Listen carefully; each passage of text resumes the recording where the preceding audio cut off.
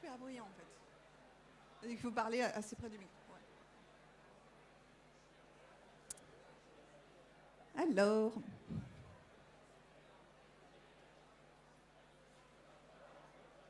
Donc, on va commencer. Donc, mon prochain invité, c'est un photographe français. Donc, on ne présente plus le travail, qui a un CV kilométrique. Je vais tenter un récapitulatif très bref. Grégoire Eloi, donc photographe documentaire depuis plus de 20 ans.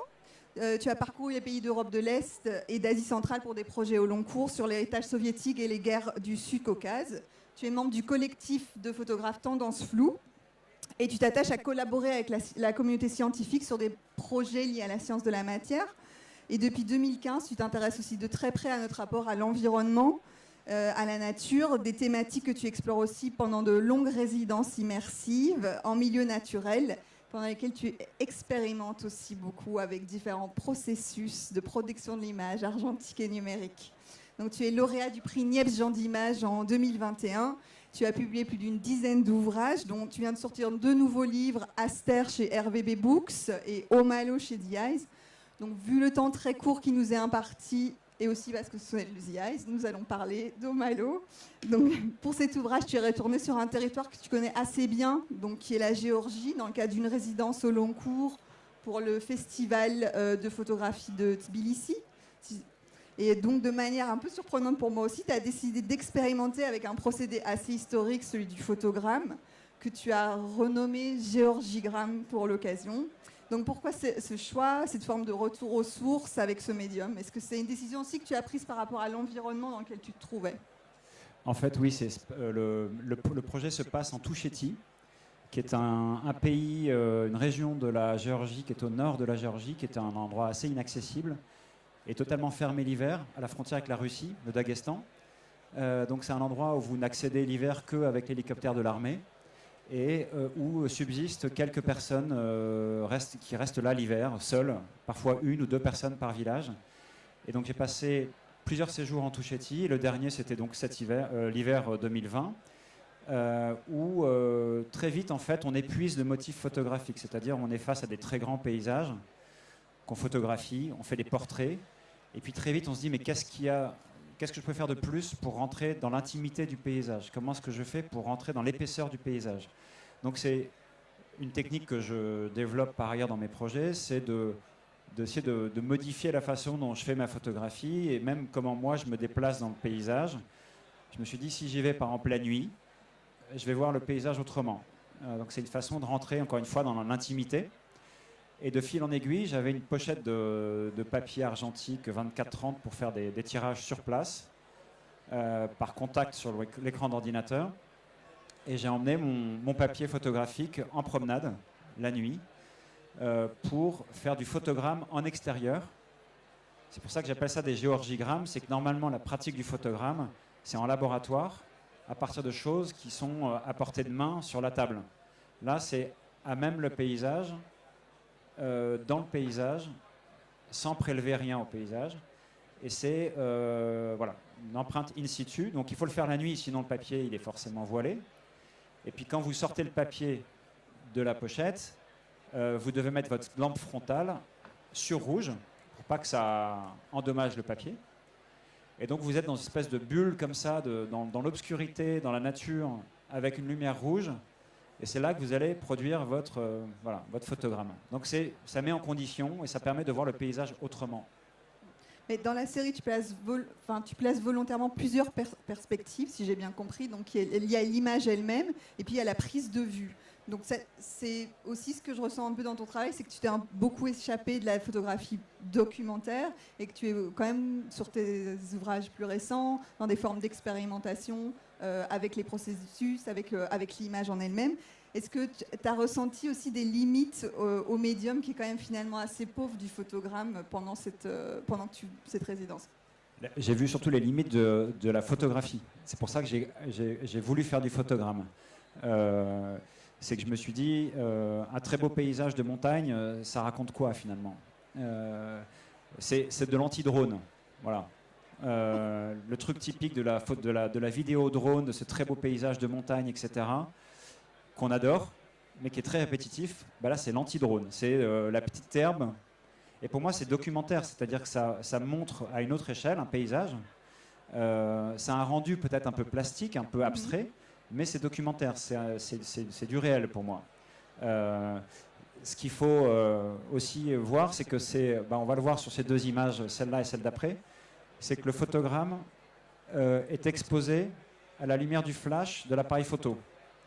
Donc je place mon papier dans le décor et je fais une photographie au flash. C'est le flash de mon appareil qui marque le papier. Donc en fait, il y a deux photographies du même moment. Il y a la photographie qui a servi à exposer le papier et il y a le papier lui-même. Donc évidemment, on en fait vite le tour du photogramme. C'est toujours un petit peu ce côté en négatif, en positif, etc. Mais là, ça a été le temps d'un séjour de 3 semaines. Il y a 30 photogrammes que j'ai développés sur place.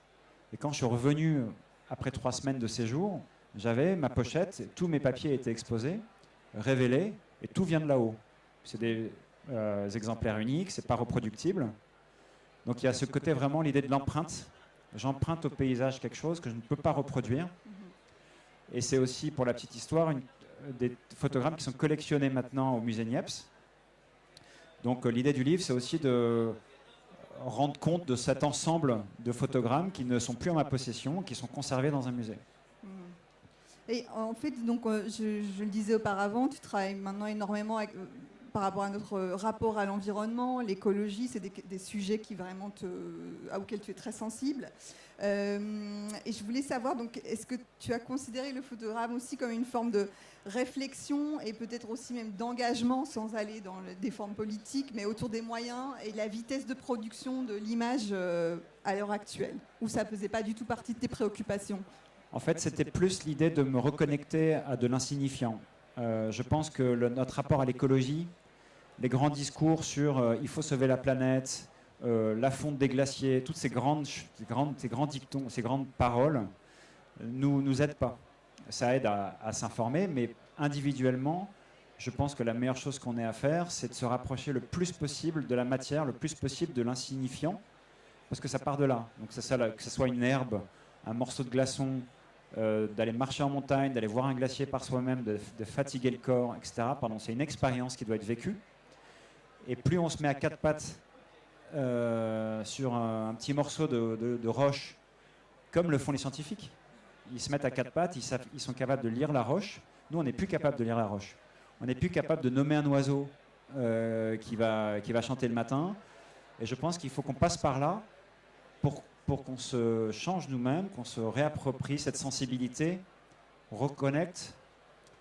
Et ma façon, moi, de me reconnecter, c'était de faire ces déambulations nocturnes, à m'intéresser à des choses très insignifiantes, parce que pour moi, ça part de là. Il y a une question que j'ai passée et je voulais vraiment te la poser, c'est en quoi cette résidence a-t-elle été différente de tes précédents voyages en Géorgie? J'aimerais en savoir un peu plus sur ta relation avec ce territoire qui dure quand même depuis très longtemps, depuis de nombreuses années.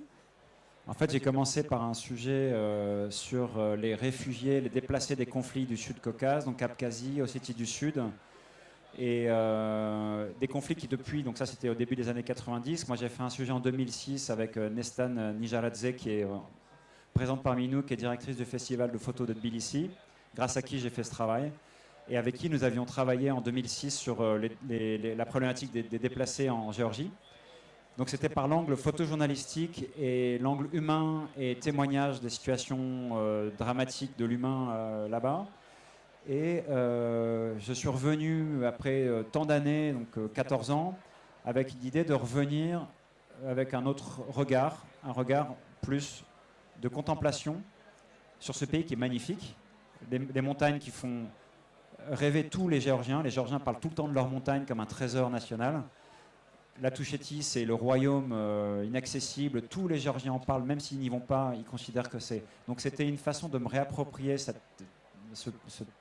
pays, et pas sous l'angle humain. Et on en parle encore de la Géorgie à travers la guerre, à travers la Russie qui occupe une partie du territoire, etc.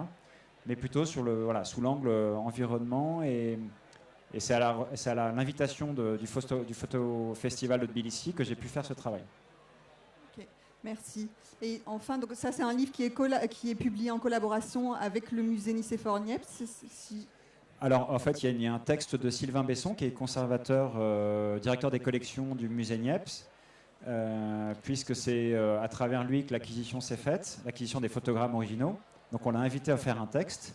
Voilà. Sinon, c'est un projet qui est financé par The Ice Publishing. Vincent Marcilassi et Véronique Brugnot qui sont là. Merci beaucoup, d'ailleurs. Ils se sont engagés. Et puis aussi le soutien de Picto Fondation dans le cadre du prix Niepce, pour la version en édition limitée. Qui est une édition qui a été réimprimée de nouveau avec une encre supplémentaire après que ça soit sorti de l'imprimeur chez Picto, et certaines pages sont remplacées par des tirages barités, argentiques. Tout ça est visible sur le stand de The Ice Publishing en 15 exemplaires.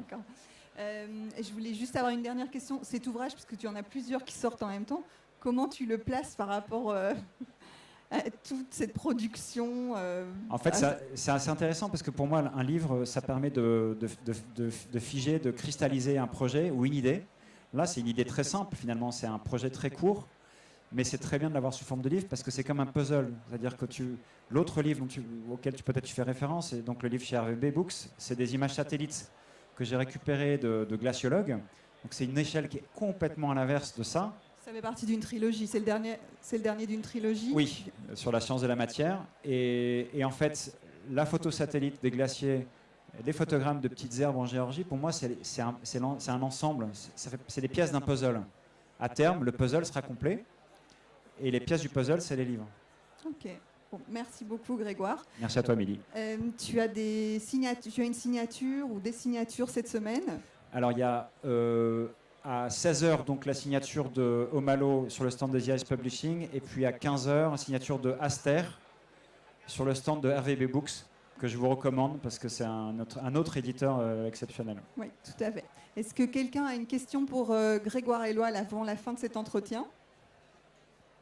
Non, tout a été dit. Tout est clair. Bravo. Merci beaucoup, Grégoire.